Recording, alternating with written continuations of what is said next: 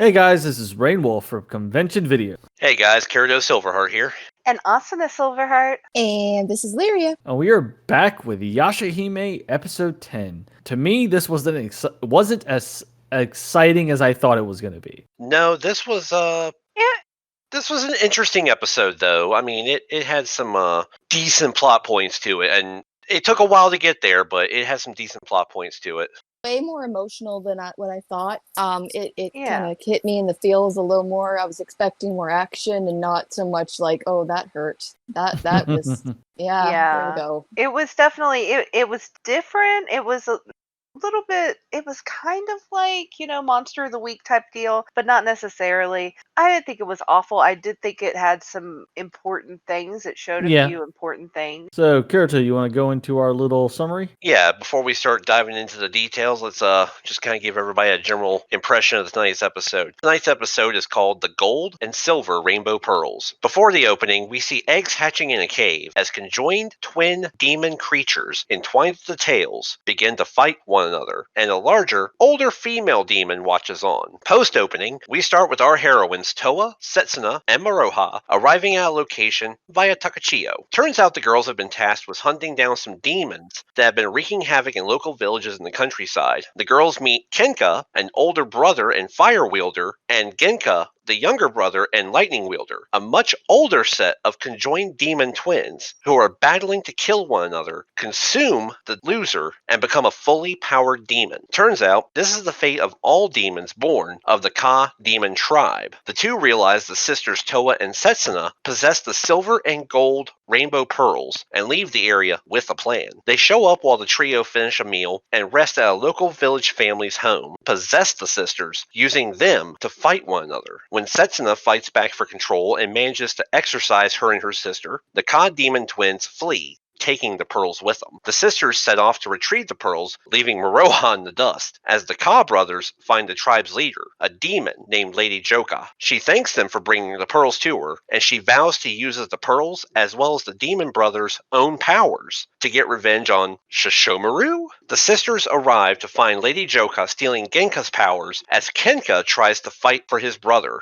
Setsuna begins having vague flashbacks to the forest fire, which we know is when her and her sister were separated around the age of 4, and Toa suspects that Setsuna might be hiding that her memories are trying to resurface. Setsuna teams up with Kenka and manages to kill Lady Joka, but not before the Ka brothers sustained enough damage to kill Genka, with Kenka following him in passing not long after. Maroha arrives, distraught about not having proof for the bounty reward, and Toa watches as Setsuna walks away, refusing to answer any questions about her reasons of fighting to help the brothers, or if her memory was starting to come back. And as always, we'll discuss next week's preview towards the end of tonight's show. So, as Kirito said, we are jumping into this. We are going in with the cave, the conjoined twin demon spirits. They're fighting. Then the overlooking of pretty much the leader of the clan. Then it goes over to Toa, Maroha, and Setsuna riding on Takachiko, and they land. And it says, Mr. Jubei says, the demons were rampaging. Yeah.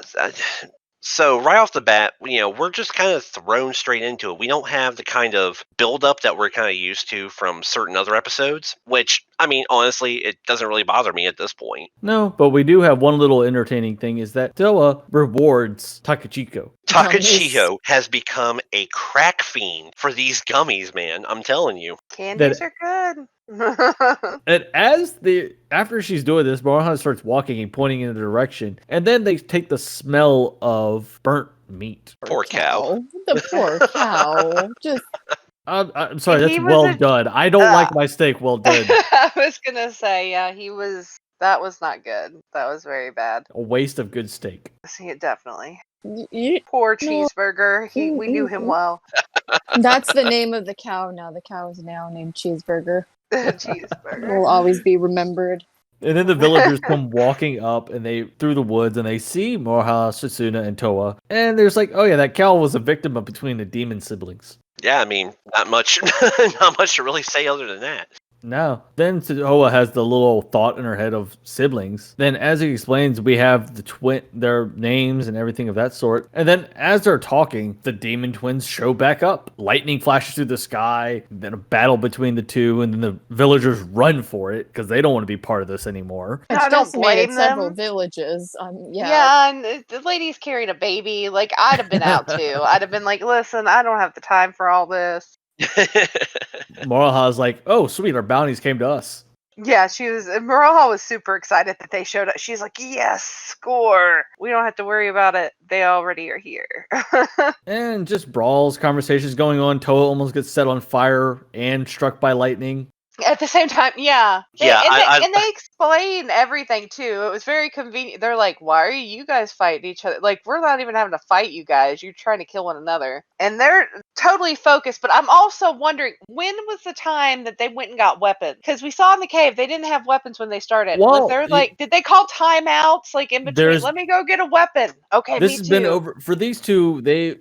It's one of the rare occurrences where they've been fighting over a certain time span. Not like some of them where they've been killed almost right outside the nest. Yeah, they've been fighting the whole time. Like, what are you supposed to time out to, like, let's tag out for a minute and go get some weapons? Well, but as they explain, that's the fate of any of the creatures born in the Ka Demon tribe. Yeah. Is they're born as conjoined twins, and that is their purpose. Now, generally, what we get in the explanation here is that soon after birth, one of them is weaker, one of them stronger. The stronger kills the weaker, eats it, and becomes a full power demon. But these two were both so strong and so headstrong against one another that as they grew and developed their power, they started bringing forth their demon powers and their demon weaponry. I get, did they like take the time and be like, okay, I'm gonna take this weapon and you're gonna take this weapon? Well, I'm and not ready to craft these. Like, I'm assuming they call like temporary truces. My here and thought there. on the I want a weapons is- sandwich. Like, is that their time for leader, lunch. that the leader actually gave it to them, is my opinion. I Because of can the see that. conversation that happens later, but when they actually show back up telling her... Lady Joka actually makes the comment, why do you think I've nurtured you two fighting for as long as you have? Yeah, she's definitely been one to instigate that. Mm-hmm. They're brawling, and then it comes to the point where Toa and the bounty they have in front of them, they sense the pearls, and they're like, we'll call a truce, and then they leave. Yeah. Like, but I loved the dichotomy of the scene because Maroha is actually, if you pay attention, is talking about the fact that these two demon brothers have been trying to kill each other since birth. Mm-hmm. Meanwhile, you have two half demon sisters, one of which is trying to do everything she can to save the other. Yep. she wants her to love her. Toa wants Sasuna to love her so bad. Love me, I'm your sister. No, love just me, senpai. Yeah, it's so sad. And anyone who has siblings, and in my case, there's like 5 siblings, knows that that's a lie. Like, you would just be like, you don't like me, I don't Whatever. like your face either. But I mean, Exactly. also they were separated. It's very sweet. It's kind of endearing that she wants to protect her sister and help her sister, and it is really endearing that she wants to do that. But I do love the expression Moroha has when she figures out that the two are possessed. It's like that one eye up and the one eye down type expression that Moroha has. I like that moment of realization. Huh? And then, yeah, it's those because two. they actually reflect in the beads. So, like, when the beads light up in their, they're fighting in those poor people's house who they're just glad it didn't blow over or up. Oh my or gosh, burn that down. could have gone in Trashed. so many ways. That woman with the baby, though, she was very chill with all the fighting. She's She- just like, She's a secret ninja or something. She's just not even worried about. She's like, I got my baby. I'm gonna take care of this. Like, yeah, I guess she's used to it after having to deal with the demon brothers for so long. Yeah. And then as they're fighting, and then once Moroha shouted out to the two that, it's the demon, they've possessed you, then Sasuna fights the control, pulls out the demon slayer medicine that she has, or it's pretty much a poison to them so that they could get injected from their body. They have the pearls. And then Toa bribes Takachiko with chocolate. I'll pay you a chocolate later. Take us to the fight now. The expression he has, he's all shocked, and then Maraha's like notices she doesn't have any of her things on her. She's like, "Give me a second." Runs back to the hut. Takachiko grows into his transportation mode, then flies Chocolate off. gummies. I'd fly for Craving right chocolate. now. I was gonna Roll- say I'd fly for chocolate gummies too. Roles gummies were are really reversed good. this time compared to the last episode. Yeah, which I think it's a hilarious payback. It's, Maroha left them in the dust last week, so now they're just like, "Psh, bye. Yep. Revenge is a dish best served cold. Or in this case, chocolate gummy flavored. Copy chocolate gummy flavor. So demons, they're back at the mountain. They're in front of their leader. They're telling her that they have brought the pearls, and then they come to find out that she actually wants to devour the two of them. Yeah, so I'm wondering something with what she's wanting to do to the twins. Is this the whole reason for the Ka demon tribe? Is the elder literally the only one that survives? Like they all devour. Yeah, it's like the strong one devours the weak one, but And then when but when they mature, the leader devours the other. Yeah, and there's that, but also we never really got a clear explanation on why she's mad at Tsushimuru, and the only thing I can guess is that he probably killed her other part that she was supposed to kill and devour to begin with. Actually, I have a different theory on this. If you pay attention to the dialogue, as she's talking to Kinka and Ginka and says, "Thank you for bringing the pearls back to me. Now I can get my revenge on Shishomaru." So the pearls were probably originally hers then. She at least had property of them at one point, maybe. Yeah, because I'm thinking that while Kiranmaru had his pearls with the pearls that he had access to, there were other pearls out there, and Shishomaru tracked them down and took them and hid them in his daughters to deal with Kiranmaru in the future. Maybe it kind of goes back to that time jumping theory I had way back. I mean, a lot of things are possible.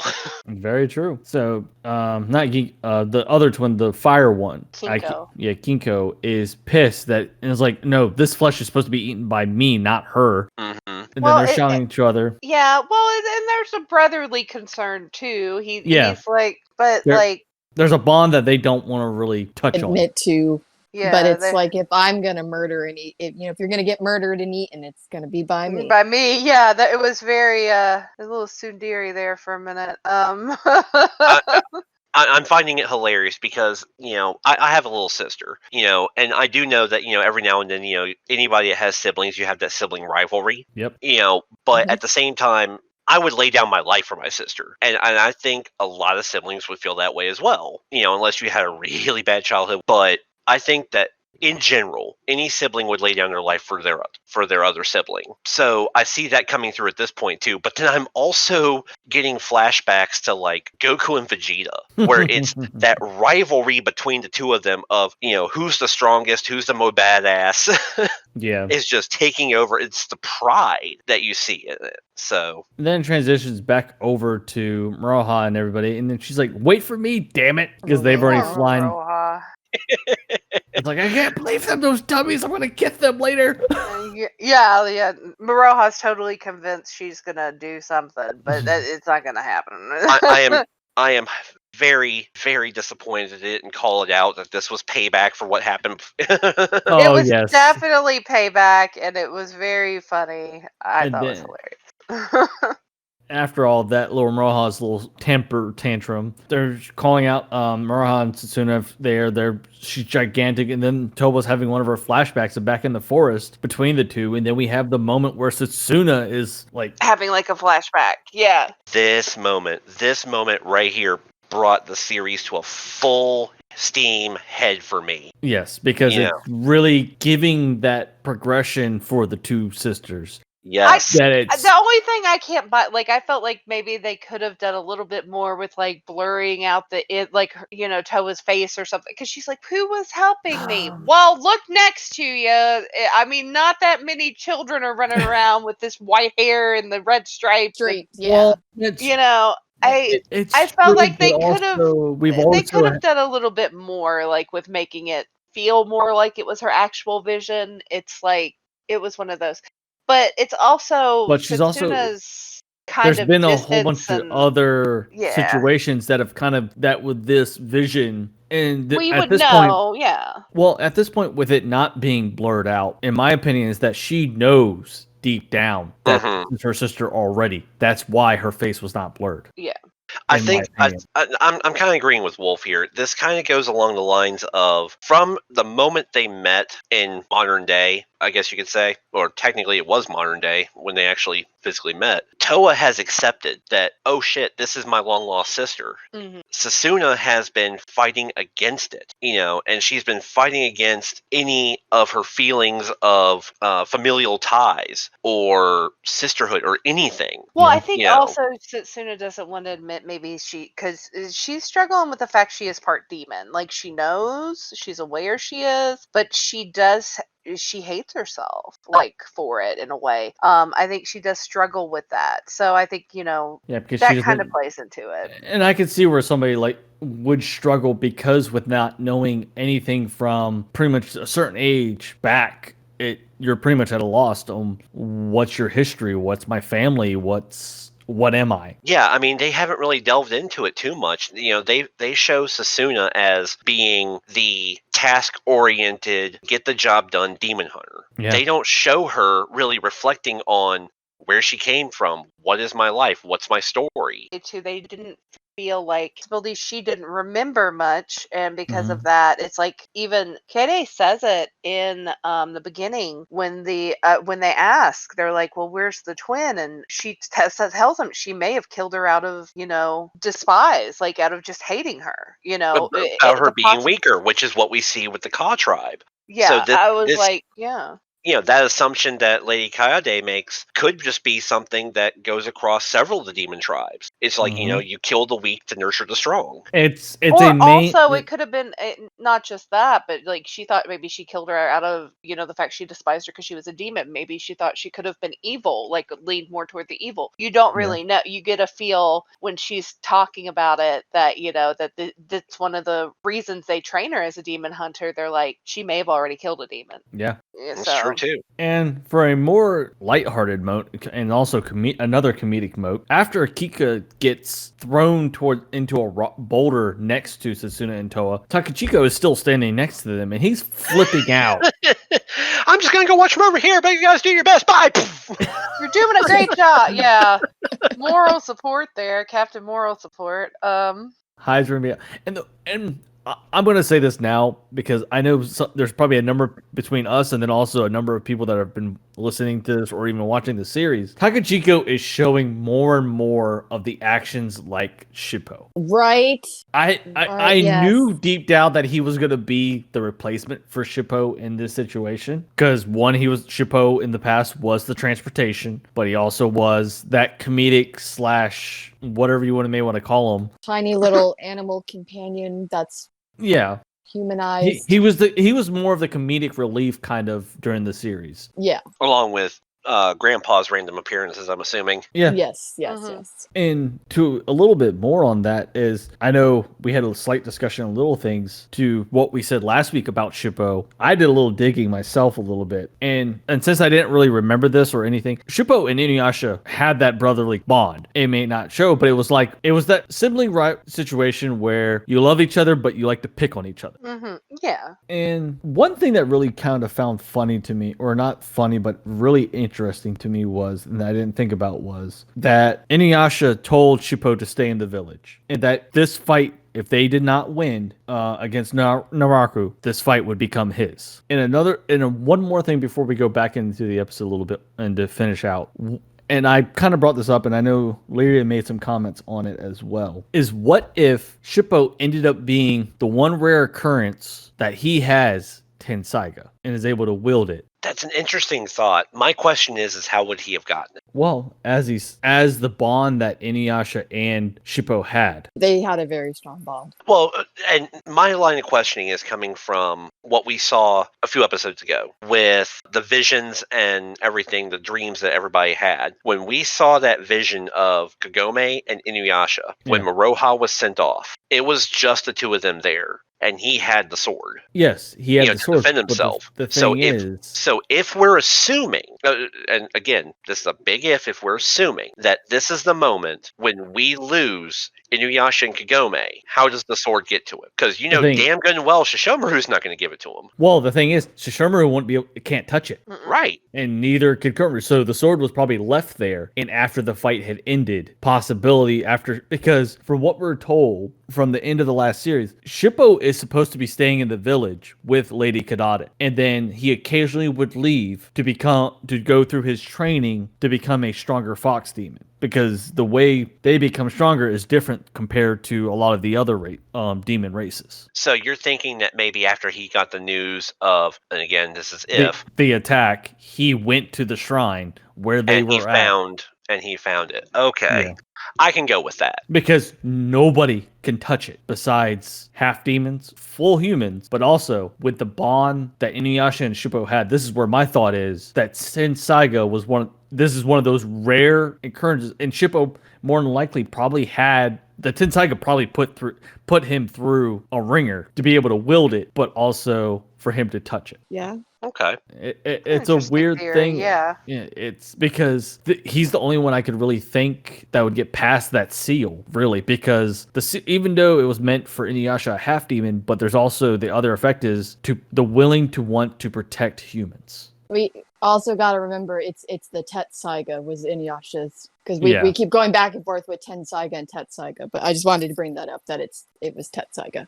Who knows on how that seal that's on that blade is a very funny thing, because we don't know the true detail. It was like, even though they've given us the details on the seal that's on that blade in the past, we don't know how it fully really in deep down, because obviously that seal is going to he's probably thinking of the future as well, besides of his son. And that's things you'll notice. It happens in sequels, it happens in continuations. It's a thing called retcon, retroactive continuity, which means they can go back and they can change stuff to make it fit the plot line that they need it to fit. So depending on if this scenario does come up sometime in this series, if they do it right, then it won't be as much of a shell shock to the system and to the fan base and the community. If they completely cluster bomb it and give the most abstract BS reason they can think of at the time of writing, then there's going to be a lot of backlash about it. Yeah, because I still wonder about Shippo, because if he's supposed to be in Kade's village, we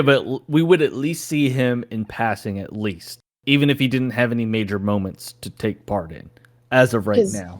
Yeah, because they've shown other characters from the past, so like, why have we not seen him? And the only thing I can think of is why he's not in the village, because obviously it states he would often leave to train and take the Katsuni examination to become a full-fledged fox demon of even higher rank, from what I have dug up on the fox demon race. Now back to the episode.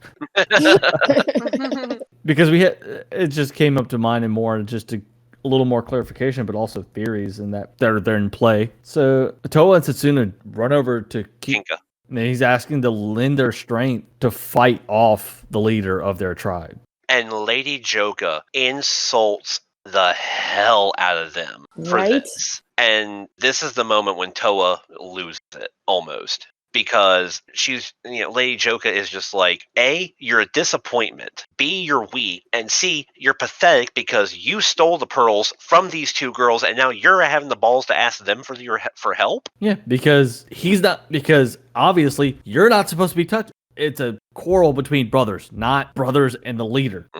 And, I mean, Toa, at this moment, she's got the sword out. She's ready. She's ready to jump into the fray. But at the same time, she's also worried about Setsuna, because she's like, the way she's looking, she's just like, I wonder if her memories are starting to try to resurface. Yeah. And Setsuna flat out says, no, you stay here. I'll go with it. Yeah, Setsuna wants to go immediately, and Toa even says it. Toa's like, she realizes it. She's like, I wonder if she's getting her memories back. I wonder if she remembers, and that's why she wants to go.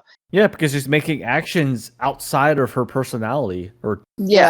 She calls it out. She says, are you doing this because you want to understand the bond that those two brothers have? And then once she first jumps onto the rock, she thinks that Kinka is attacking her, but is actually setting a fire attribute to her weapon.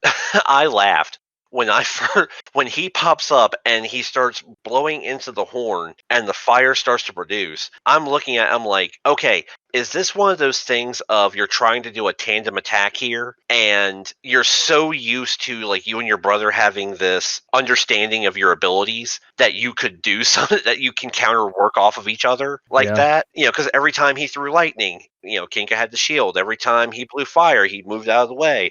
It's that back and forth. It's like, is this one of those things where you're trying to, say, okay, you do this and I'm going to do this and we'll combo attack? Or are you a two-faced douche canoe? Yeah. Right.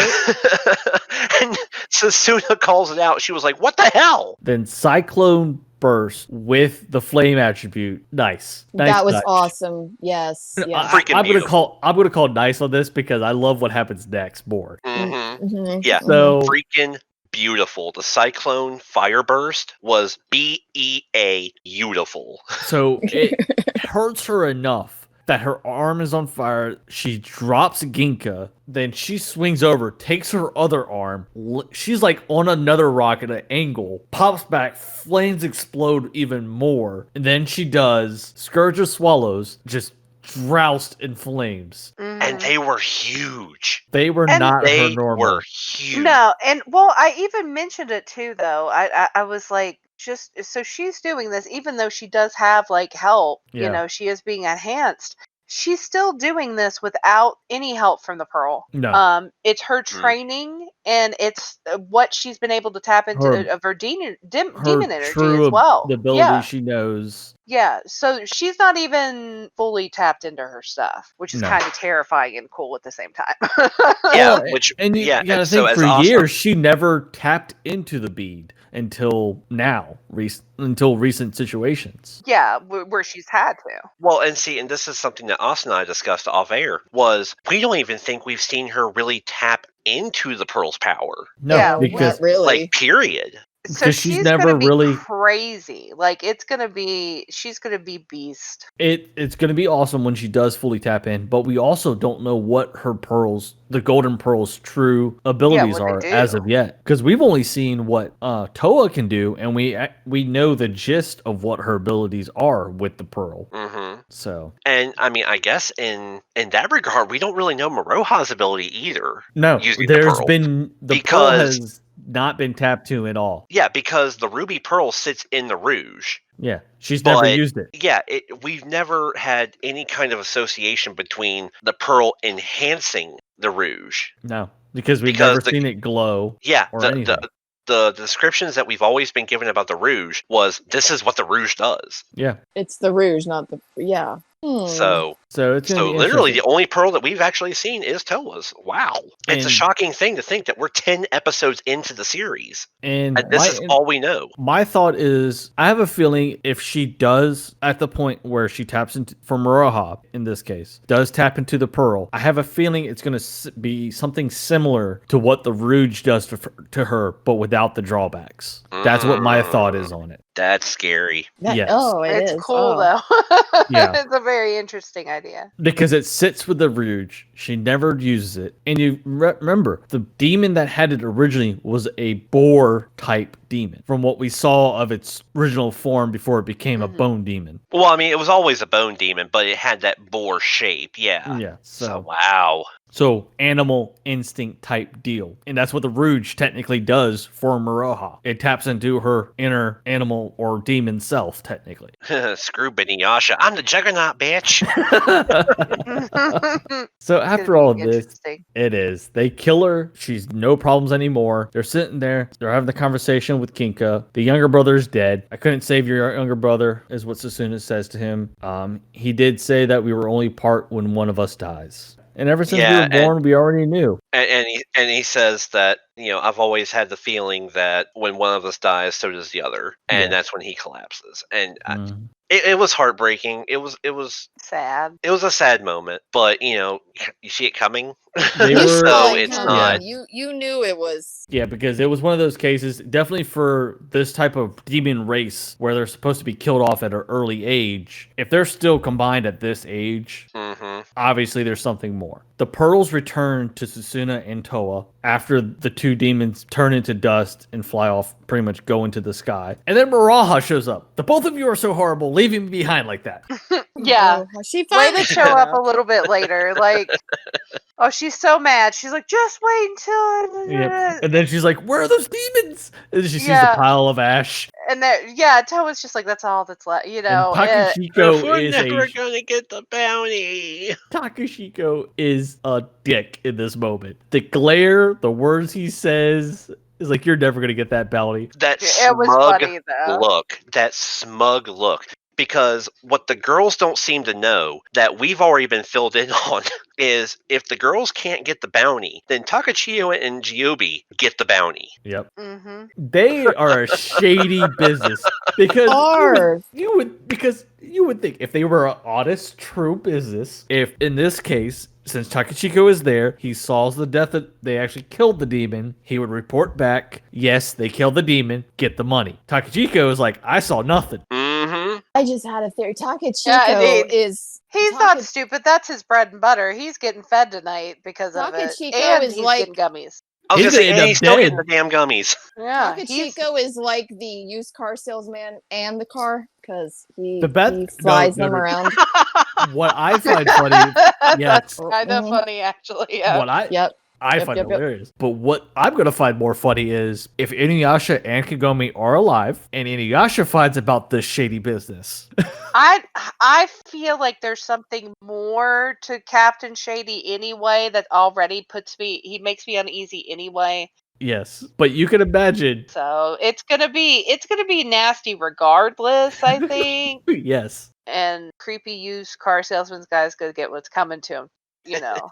yes, because of the images, and we all, for anyone that has saw Inuyasha originally, the type of father he would become. Technically, he would be a caring father. He wouldn't be like, he may have his goofy moments and everything like that where he's lax, but I really think he would actually be a caring father. Yeah. After all this, everything flies off, and then Mura's like, hey, wait for me, as the ashes are flying into the air. Poor girl. The scene of her laying down the tarp, like the little To tarp to try to get the little blanket or whatever, and trying to scoop up piles That was of the kind of sad. I felt really bad about it. I laughed hysterically. Yeah, I felt yes. super bad. I was like, oh, I did she's too. trying. And then right at the last scene, right when it pauses, and then you get the words from Totoa, Susuna, could you be? And then you have Maruha running still, and then you have the two in the air, just still frames of Susuna and Toa. Mhm. Then it goes into the cutscene. Yeah. I'm really curious what this means for Susuna. And I'm even more curious what this means for Rin. I fully agree because originally they took her memories. The Dream Butterfly took her memories so that she could not sleep, but also to keep, in the case from what information we have and what we've seen, they keep her dreaming and asleep in the tree. Yeah, so, and it makes me wonder if this is a side effect of Yashahime using that power on them. Yeah. And triggering those dreams. Now, granted, the dreams were scrambled and everything, and Yashahime even said, why can't I get any of your dreams? Yeah. But getting hit with it, he didn't get anything from her, but it makes me wonder if it weakened that effect from the dream butterfly. That is a possibility. But also in the way I see it is that not with that where tapping into their dreams and where they got scrambled, it's more of that Susuna and Toa are spending more and more time together now. And that eventually deep down, because even with her first meeting Toa, she knows. And then coming to find out when Muraha speaks that they are sisters because they are both daughters of Sesshomaru. And then we have the moments with Trikio where she's talking daughters of Sesshomaru that even puts it into another perspective. And then knowing, and just pretty much more and more knowledge and sincerity and truthfulness is coming to Susuna that could trigger all these reactions that are happening to her now. Yeah, and to go back to the comment I made earlier, it's yes, she has all of this, dare I say, empirical evidence that they are sisters. What she doesn't have is the acknowledgement from herself of it. Yes. Not once does she actually call her sister. We'll see what happens. We're at episode 10. We're really getting close to a midway point. I'm wondering what's going to happen then. Well, And with what's happening with the next episode, I have a feeling it's going to feed more onto Toa and Setsuna. I have a feeling the arc of pretty much Setsuna getting her memories is soon to come to a close if they're doing a back-to-back sibling type episode. Yeah. Starting off with demon siblings and now going to what looks like human siblings, we're getting that, dichotomy of the two species. Yep. So And the I arc- really, I as somebody who, as we discussed, beginning of the show and everything, I didn't really watch a lot in Inuyasha, so I'm coming to this with a pretty fresh perspective. I'm loving the fact that they're always playing off this duality of demon or human, human or demon, half breed, full blood, just the relationship dynamics that we're seeing throughout all the different characters. Yeah. And so I'm actually right there on page with you, Wolf, of it not being so much as Yatsume's spell weakening the effects of the dream butterfly, but just that bond. Yep. And the time that they've spent together and the things that they've gone through and the way they've protected each other so far. Yes. Of that being the reason why her memory is starting to resurface and this spell is shattering. Mm-hmm. Yeah, they've done a great job developing the characters, in my opinion. They really have. Yeah, I agree. Mm-hmm. So if we're done with the episode as a whole, because I think we pretty much covered it into detail as much as possible with what there was to cover. Yeah, our biggest plot point seems to have been just what we were talking about with Sasuna possibly getting her memories back. Yep. Things starting to resurface. And I'll agree with you again, Wolf, that I see this being maybe in episode 12, episode 13, maybe, of her memories come flooding back. Yep. And then this section of the arc will be completed for the sisters. And then we learn it's either going to feed over to Maruha or we're going to go more into the Beast King. Mm-hmm. But I have a feeling it's going to be more of Maruha, in my opinion, because they're going to fill in the past of the pro tags first, then go into the deeper actual what the series is meant to be. Well, I mean, it's what they normally do with these type of series. So yeah. Well, but let me throw this out there. As I was just talking about the duality of the show, right now we're focusing on Toa and Sasuna. Yep. And their relationship and their bond and their struggle. With what we know that Shishomaru and Kiramaru were the reason that Maruha was sent away.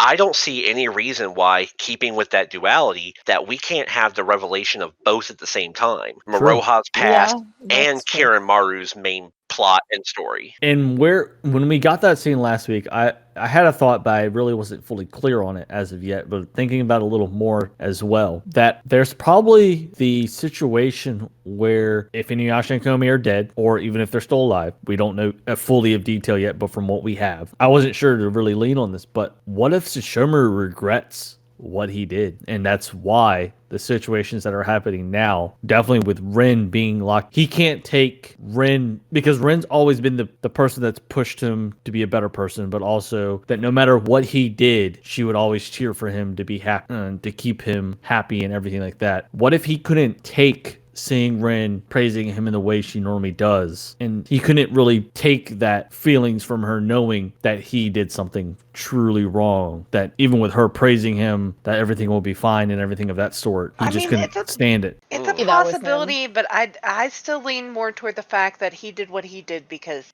of Ren, because of what happened to Ren. Yeah, there's whatever that too. caused this, I almost feel like that he had to do it for some reason for Rin. Yeah. But I mean, there's also the possibility, like you said, that maybe he put her in that state because he couldn't handle what he'd done, and her forgiveness was a fault. Yeah, he didn't feel that he deserved that forgiveness. It's an interesting idea. So I mean, I have another little bit of a theory before we get into discussing the preview that we saw for next week. When Austin and I watched the post-credits preview for next week, we both kind of looked at each other and go, hold up. We rewatched the preview to catch the names that were mentioned in it, and I immediately went back to episode 1 of Yashahime. Okay. But I did so with the English dub. Okay. That's now out. And our concern and our thought and our worry was put aside. It wasn't who we thought it was. But as I was flipping through, I happened to catch something. And when you see Shishomaru in that episode discussing Roothead. Right before he flies off, he makes a comment saying that he's a pest and a nuisance. Talking about Roothead, obviously. Yeah. But he flies off and we don't see him again. No, because he sees Roothead's not worth his time. Is it because he thinks he's not worth the time? Is it because he thinks he's beneath him and he's not worth it? Or is it because, going back to like my time jumping theory and the events that revolve around it that I laid out episodes ago, is it because he knows Roothead has emerged, he knows what Roothead can do, and he knows the possibility of Roothead being part of the problem, and he's going to make preparations? It could have been a preparation on. Yeah, it's a possibility. It's a preparation on to pretty much lean into what has happened. Mm-hmm. If he knows that Roothead has escaped Kikyo Seal, then granted he's a nuisance. But the reason why he would call him a nuisance is because he knows that he is one of the key factors in the events to unfold in the future. Either he knew he was a key factor, or it was the point where he was taking a chance. Mm-hmm. Because he knew things were in play, but Roothead was a possibility to throw a wrench into what was to come. That's just... It's something I caught. As Trikio said, he is swayed from his path. Yeah, exactly. So before we go any longer and everything of that sort, let's go into the preview. It's not really a lot. It's mainly about two siblings. They meet two siblings at a pond, and it's actually a man-eating pond. Yeah, hence the name of the episode. Devours any person, beast, or bird that comes near it. And by the seam of the two children, their parents were devoured by it. The son tries to go after it again. Morha is like, "You're annoying little," and then the beast calls annoying little girls.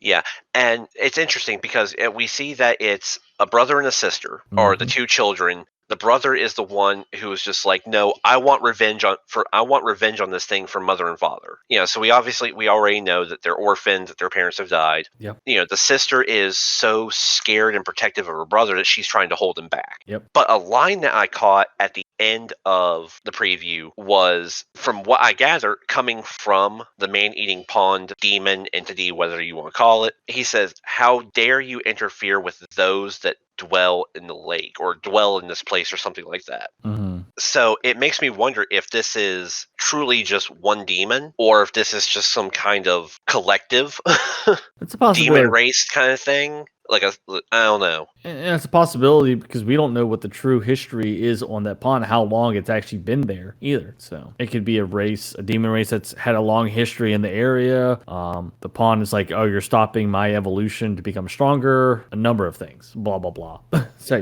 So we don't get a lot from the preview either because it's the siblings, man-eater pond, devouring, and that's it. So but I'm waiting to see. But we also see a nice image of Sasuna holding back the brother. Yeah. So she obviously knows, something's up, and she's not going to allow children to be damaged, Oh, no, because she knows they're human, and it's like, even for themselves as being half demons, for Sasuna, Muraha, and Toa being half demons, they already know humans, they are not going to survive this pond whatsoever. It's like, as soon as they're engulfed, they're done. That's it. Mm-hmm. Bones. It may not even be bones. Anyone else have any last thoughts or anything? We've covered everything. I think we got it. Yeah, I mean, I don't know if we're going to have all the answers next episode. No. I'm sure we're not.